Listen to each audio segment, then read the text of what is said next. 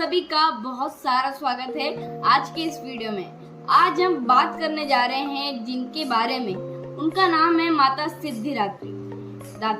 ठीक है, तो आज का आप अगर ज्यादा सर्च करोगे माता जी के बारे में तो आपको नहीं मिलेगा, क्योंकि ज्यादा नहीं बताया गया माता जी की कथा वगैरह। तो आपको आज कथा बताने वाला हूँ कि देखिए क्या होता है कि आप सभी जानते हैं एक लीड इंसान रहता है जो सबको संभालता है। तो हम सबके लीड हीरो कौन है? भगवान श्री शंकर महादेव। तो आज उनकी कहानी देखेंगे। तो आइए शुरू करते हैं। तो कहानी कुछ इस प्रकार से शुरू होती है कि आप सभी जानते हैं कि माता पार्वती को जब एक छोटा सा बच्चा चाहिए था, तो उनको आप सभी जानते हैं कि उन्होंने श्री गणेश जी की उत्पत्ति की थी, श्री गणेश जी को निर्माण किया। तो वही कथा आज हम देखने जाने वाले हैं। और इसमें सिद्धिदात्री माता कहाँ है ये जानने के लिए आपको वीडियो पूरा देखना होगा, इसलिए बिना स्किप करे वीडियो देखिए। तो आइए कहानी शुरू करें। तो कथा कुछ इस प्रकार से शुरू होती है। माता पार्वती ने गणेश जी को बनाने के लिए प्रतिमा बना ली, एक मूर्ति बना ली।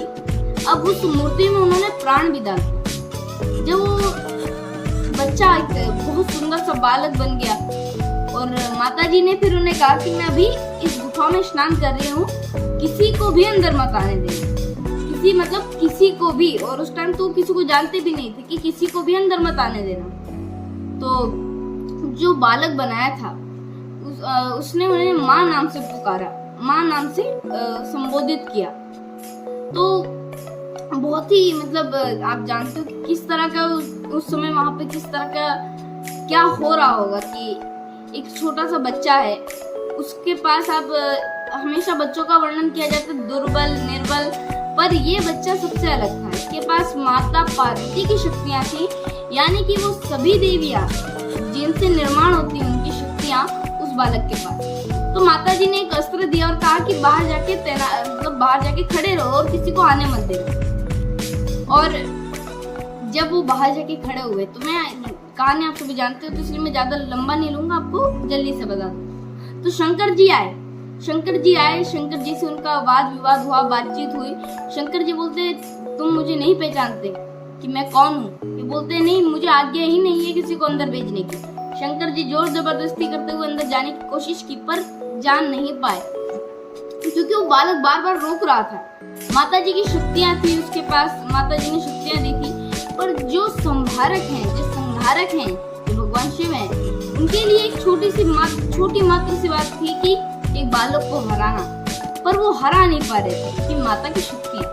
फिर भगवान शंकर को क्रोध आया, गुस्सा आया और उन्होंने अपने जो हाथ में त्रिशूल रहता है उसको लिया और उस बालक पे चला दिया। और आप सभी जानते हैं त्रिशूल भगवान श्री विष्णु का चक्र और ब्रह्मा जी का ब्रह्मास्त्र, इन तीन अस्त्रों को इस दुनिया में कोई भी नहीं रोक सकता, क्योंकि ये अस्त्र इतने विनाशक, इतने भयानक होते हैं। तो शिव जी ने उस अस्त्र को छोड़ दिया। तो जैसे ही उस बालक को वो लगा, तो बालक का सर धड़ से अलग होकर बहुत दूर जाकर गिर गया। और फिर जोर से उस बालक ने चिल्लाया और माता पार्वती को जब आवाज दी तो माता पार्वती उधर आई। जब उन्होंने कटा हुआ सिर और धड़ को देखा तो इतनी क्रोधित हुई और सब देवता उधर थे, क्योंकि आप सभी को मैंने बोला देवता लोग पहले लड़े, तो सब देवता उधर थे। माता जी ने सबसे पूछा किसने ये ऐसा दुर्व्यवहार किया एक बालक के साथ? किसी के अंदर हिम्मत नहीं हुई शिव जी का नाम लेने की कि शिव जी ने किया है।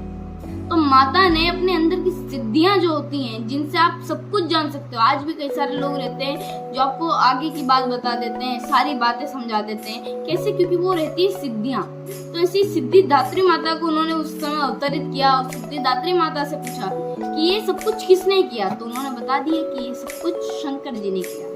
तो इस बात से क्रोधित होकर माता जी इतनी क्रोधित हो गई कि अगर उन्हें रोका ना जाता तो पूरी सृष्टि का विनाश होना निश्चित था। और इस प्रकार से वो क्रोधित हुई कि तीनों लोग कांपने लग गए। सारे ज्वालामुखी, 1000 ज्वालामुखी एक बार में जब फटते, देखिए एक ज्वालामुखी फटने में कितना, उसको नॉर्मल होने में कितना टाइम लगता है। अगर 1000 ज्वालामुखी एक साथ फटेंगे कैसा होगा? इस तरह की माता की बस गर्जना ही होती थी। सोचिए, फिर तो बाकी का भूल जाइए, फिर तो आगे का और डरावना और भयानक हो सकता है। तो उसके बाद सिद्धिदात्री माता ने बताया, उसके बाद गणेश जी के लिए वो इतनी भावुक थी। उन्होंने कहा कि कुछ भी कीजिए पर वापस लेके आइए, और सृष्टि का नियम था कि कोई भी एक बार जन्म लेने के बाद दोबारा नहीं आ सकता, पर यहाँ दोबारा आए।